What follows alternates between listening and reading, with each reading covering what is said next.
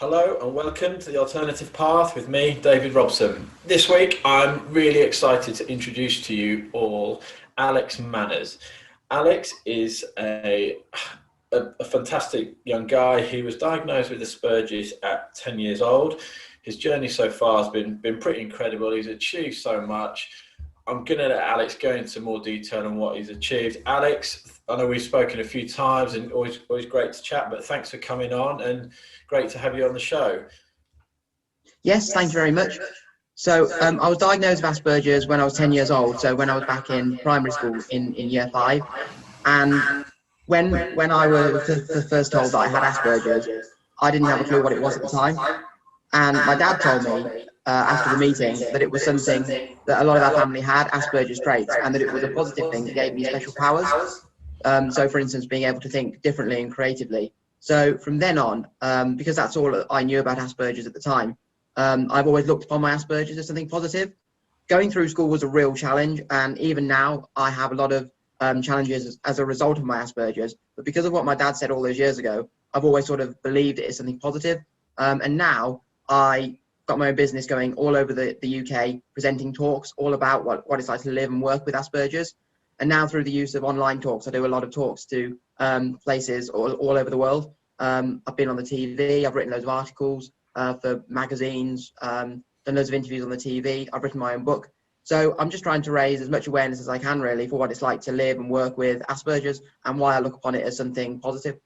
Brilliant. And I think looking at things like positively is great. So kind of take my hat off to you. That's brilliant. But can you just explain for those that don't know what Asperger's is, can you just kind of go into a bit of detail about what Asperger's is? So Asperger's is a form of autism on what's known as the autistic spectrum. So everyone with Asperger's is unique. So there are lots of generic traits that people with Asperger's have, but they'll be different for every single individual person. So it affects how we communicate with others and how we make sense of the world around us. And some of the generic traits are things like we struggle to process language, we have a love of routine, we also find facial expressions, jokes and sarcasms hard to read. So having a conversation is that bit more difficult. Often we'll have a specialist interest that we're absolutely obsessed with. So mine is football. I'm absolutely obsessed with football. And one other thing is that we can find sensory stimuli quite overwhelming. So sounds, the feel of certain objects, the tastes of food, light, all those kinds of things we can find overwhelming. So as I mentioned, they're just some of the generic traits, but the traits for different people with autism will vary slightly. Okay. Yeah, so going back to I want to start with a few things I want to touch on as we talk.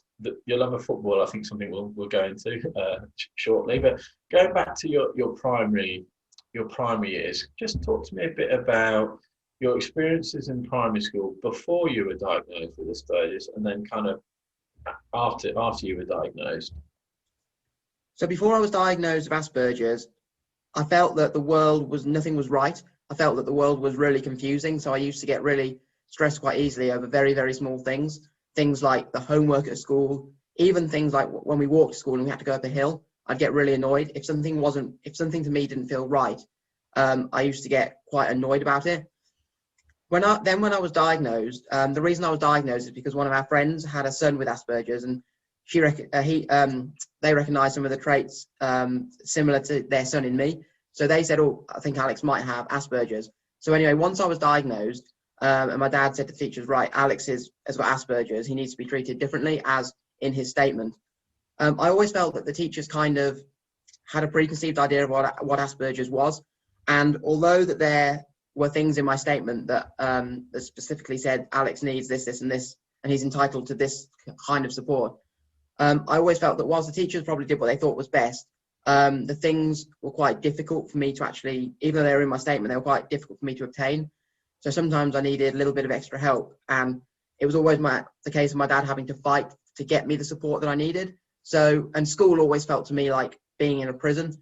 So just to get me in every day was a real struggle for my mum. And often I would stand by the school fence, feeling so anxious and overwhelmed that I just wanted to jump over the fence and run home. I never did, but school was a real challenge for me. Yeah, and I think the more people I talk to who have been through education similar to yourself, the fact that you continue to go to school and you continue to kind of go is credit to you and credit to your mum and dad and the school. I think there's so much kind of that you should kind of take from that, in my opinion, and be super proud of, that you kind of continue to carry on. So then I think something that we notice is in a lot as people is that transition from primary school to secondary school. It's huge, and this year in particular, because of COVID, I felt hugely for those kind of year 6 primary pupils who were going to secondary, because they didn't have the same kind of level of transition as other years have had. And I think that has the potential, that had or has the potential to have a massive effect on young people. So your transition from primary to secondary, how did that kind of work for you, and how did it affect you in ways? Well, I always say that when I started a new school year, it felt like starting a whole new school again. So starting a whole new school, to me, it was a massive change. But because I knew I was going to a smaller independent school that had a lot of support in place for people with Asperger's, I felt really happy that I was actually leaving my primary school, because I didn't really enjoy my time there. And whilst I had a lot of stresses whilst I was at secondary school, and some of the same stresses and struggles that I'd had at primary school, I felt that they were, in my opinion, better able to support me with some of the things that I needed. So actually transitioning to secondary school wasn't as difficult as what I thought it might be, or what it is for a lot of other people. And I remember when I first went into the school for an induction day, it was during the school holidays. So I wasn't really bothered about or worried about going into the school for the first time and meeting my year group, because I was the only person from my primary school that went to that particular school. I wasn't worried about going into the school, but I was really more worried about, I was actually really annoyed that I would have to miss a day of my holiday because of having to go into school for an induction day. So I think that's what really annoyed me initially. But no, the transition, yeah, it was challenging because it was a place I'd never really been to before. But I think because I knew that a lot of people there, there was a lot of support in place for people with Asperger's, I was quite pleased that I was going to that school. Brilliant. Okay, so yeah, I think again, we in kind of our day job, supporting a lot of young people within primary schools. I think the work that goes in is fantastic. I really feel for some schools sometimes, because they're kind of resources that are in place sometimes kind of need to be improved, in my opinion. And schools work tirelessly to kind of make sure that every young person gets the best education. But obviously for yourself, then going to a school with other peers who are in the similar situation to you, I can not obviously relate to it, but I can imagine they're almost the sense of kind of relief and like the sense of you feeling at home in that. So I can completely kind of understand that. So I think it's always interesting talking to, what I want to do with this podcast is to talk to people who educate people who go through the education system, and just really like raise awareness. So I feel like what you're doing is great, because you've got so many experiences, at such a young age, and you can pass on so much that can help young people going through education. But also I think you've got a lot that you can offer to help people who are educating the young people in that situation, because you can kind of share your experiences. So that's, I kind of, again, take my hat off to you for that. One of the things I want to touch on that we haven't actually touched on before when we've spoken is your love of football. So how did your love of football come about? Well, it was one of my, I always say one of my uncles, but it was actually my dad's best friend. And he used to take me to the park when I was a really young boy, and we used to just kick a ball around. But it wasn't until I was 10 years old when he took me to my first ever football match, because he'd been going to football all his life. And I sat there absolutely starstruck. And I don't think he thought I actually enjoyed the match, because I didn't really say much. But I absolutely loved it. And ever since that first ever match when I was about 10 years old, football has been a massive part of my life. And it's fantastic to have something to take my mind off the stresses. So one of the things I always do is carry a football program around with me wherever I am. And at school, I had a timeout system where I knew I could go to a quiet place to read one of my programs if I was stressed. So that having that really allowed me to deal with a lot of the things I was struggling with at school. And also now, last season I completed watching a match at all 92 Football League grounds in England.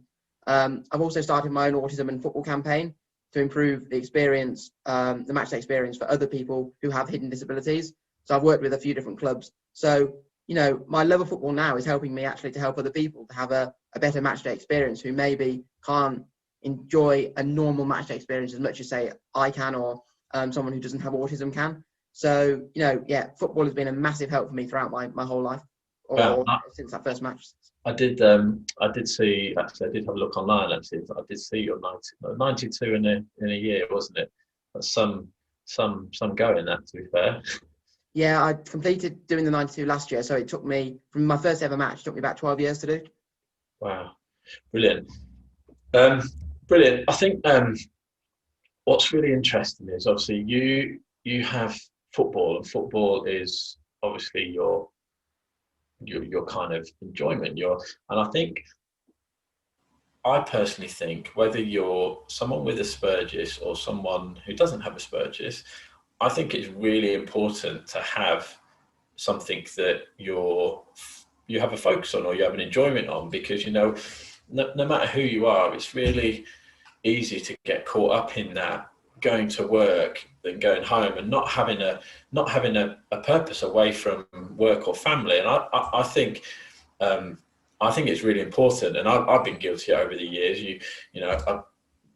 My wife and children mean everything to me, but I think it's so important to have that focus away from things, just to have your own kind of your own interest. And the football thing, fantastic. So did you notice when you were at secondary school, did your peers have obviously you had your football interest, would you say that the other young people within the school who had Asperger's, did they also have a kind of focus that kind of was almost their happy place, like football being yours? Was that a real kind of common theme within other peers? Yeah, I mean, everyone with Asperger's is completely different. So some of my friends did have a really big interest in something like I had with football. Some of them didn't have as much of a big interest in one particular thing. They like loads of different things. So just to name a few of them, I mean, one of my friends was absolutely obsessed with anything to do with trains. So there was a train track that used to go past the back of the school, and any train that went past, he could tell you the exact name and model of the train and what it was. So his interest was with trains. Another friend I had a really big interest in something slightly more unusual, but his interest was with bins and skips. Yeah. Like anything to do with like rubbish and recycling and anything like that. And that was his happy place when he was taking photos of bins and things or researching on websites.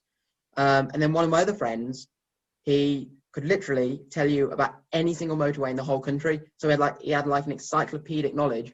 And you could tell him any place in the country and he'd tell you exactly which motorways you'd need to use to actually get there. So yes, some of my friends did have interests as deep or interests as big as what football was to me. Well, that the kind of examples you've just given there, like straight away what was going through my mind was some of the kind of skills to be able to remember every motorway in the country, your passion for football, the trains, the recycling. Now, I'd be really interested to know about what all those young people now are kind of doing from an employment point of view, because there will be certain jobs that would, like, my memory, I'd love to say my memory is great, but at times I'm pretty forgetful. Some jobs, those skills would be amazing. They would be so valuable to be able to keep and process information like that. So, which kind of takes me on to kind of, obviously you've followed you know where you want to go. You're really keen to get to push on with your presenting, your talks, which is fantastic. How did you find that, and talking to other peers of yours, what do you think can be done to kind of raise awareness for kind of on an employment kind of side to help young people get into employment? Because I can't help but think that straight away from what you just spoke about the young people that you were friends with, about whether they get kind of overlooked at times in an employment sense. Does that make sense? And what do you think could be done to help raise awareness? I think yes, and I think lots of people who have those interests have really valuable skills. And I always say that people with Asperger's have some amazing skills that they can bring to a company or a business. And often, because of an interview process can be quite challenging for someone with Asperger's, often those skills aren't really seen or pushed forward. So employers might miss out on someone who's fantastic for a job because they haven't performed well in an interview. So changing up the interviewing process, I always say, is something really important. So if someone struggles with a particular a traditional interview, maybe make them do, instead of a traditional interview, allow them to carry out some tasks similar to what they'd be doing if they got the job. And that way you're better able to see the skills that they can bring to your company or business. But, you know, even when I was sort of leaving sixth form, my parents were really worried about, you know, how I would work independently, how I would travel independently, you know, live independently. And because now I've got my own business and I travel independently and I'm doing loads of talks, it's kind of, I hope that my story can help other people to, to tell their people, students or family members or sons or daughters that actually you should never let your circumstances hold you back. And I always believe that whatever it is you're interested in, just go and pursue it as much as you can. You know, at the end of the day, your specialist interest or the things that you're passionate about could lead you on to employment or to getting a job. And even with my friend who had encyclopedic knowledge about motorways, you know, that skill would be invaluable in so many different industries that I can think of, like an IT-based job or something like that. So, you know, some of these skills that we have, I think are invaluable. Absolutely, and I completely agree. I think, interestingly, like obviously our kind of day business is in recruitment, and I'm a massive fan of trials, whether it be a trial morning or a trial day. And there's certain roles that you have to go through a kind of vigorous interview process, if you like. But I've worked with some awesome head teachers, support staff who aren't the best at interviews, but are absolutely awesome at their jobs. And you know, I completely agree. I think the way that the interview process is in a lot of places is very, very kind of generic, isn't it? And if you don't perform well in that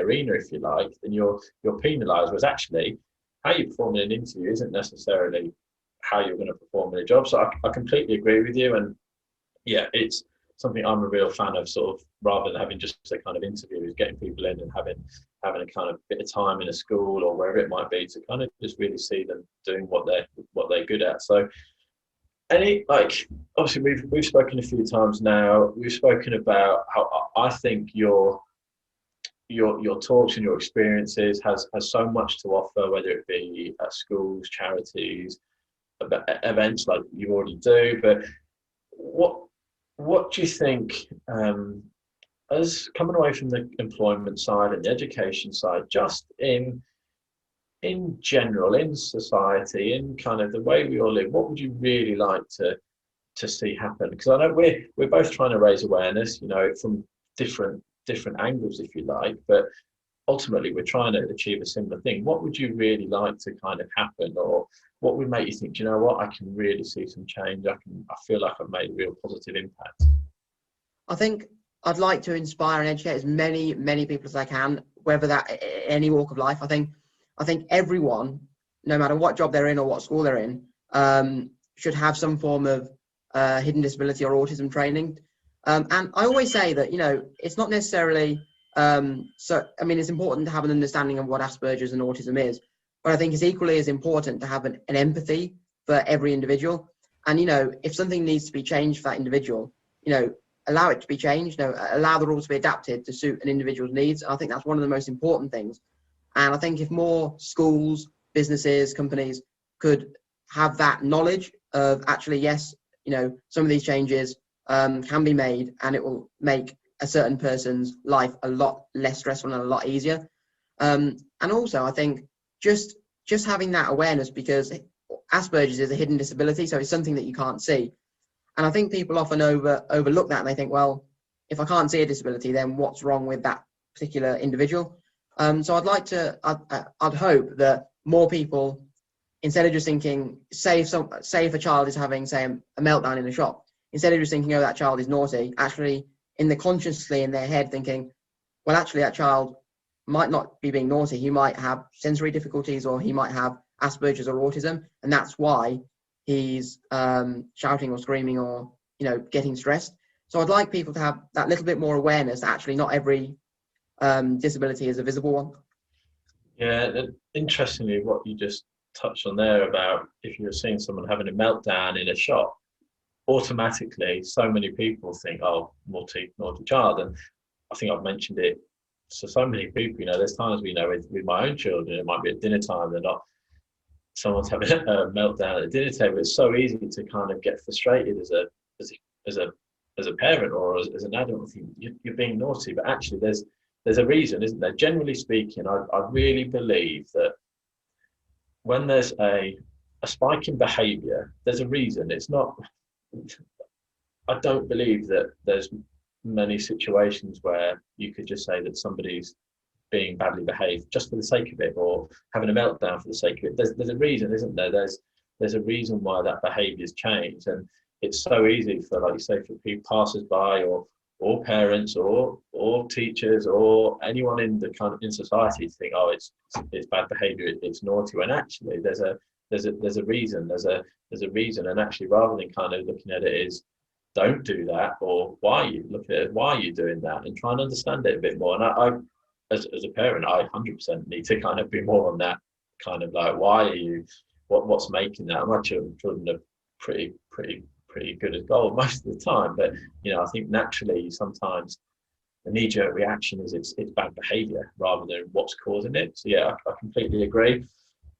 But Alex, I feel like we could kind of keep talking. Like I said, we've spoken quite a bit already, but I'm really keen to kind of do what we can to help you on your journey as well. So I think if anyone's looking for someone to come in and deliver a talk to pupils who might be leaving school, teachers or companies or anyone, I'd really recommend getting in touch with Alex. I think he's got a really absorbing kind of character, and I think listening to him talk about his journey is really fascinating, and I've certainly learned quite a bit from you over the last sort of few days that we've spoken, Alex. So I'd just like to kind of thank you for coming on the show. I wish you all the best for the future, and I'm sure we'll keep in touch, and I really look forward to doing some more kind of projects with you, hopefully. And yeah, thank you for coming on. I really appreciate it. No, thank you. I've really enjoyed sharing my story. Brilliant. Cheers, Alex. Enjoy the rest of your day, and we'll speak soon. Thank you.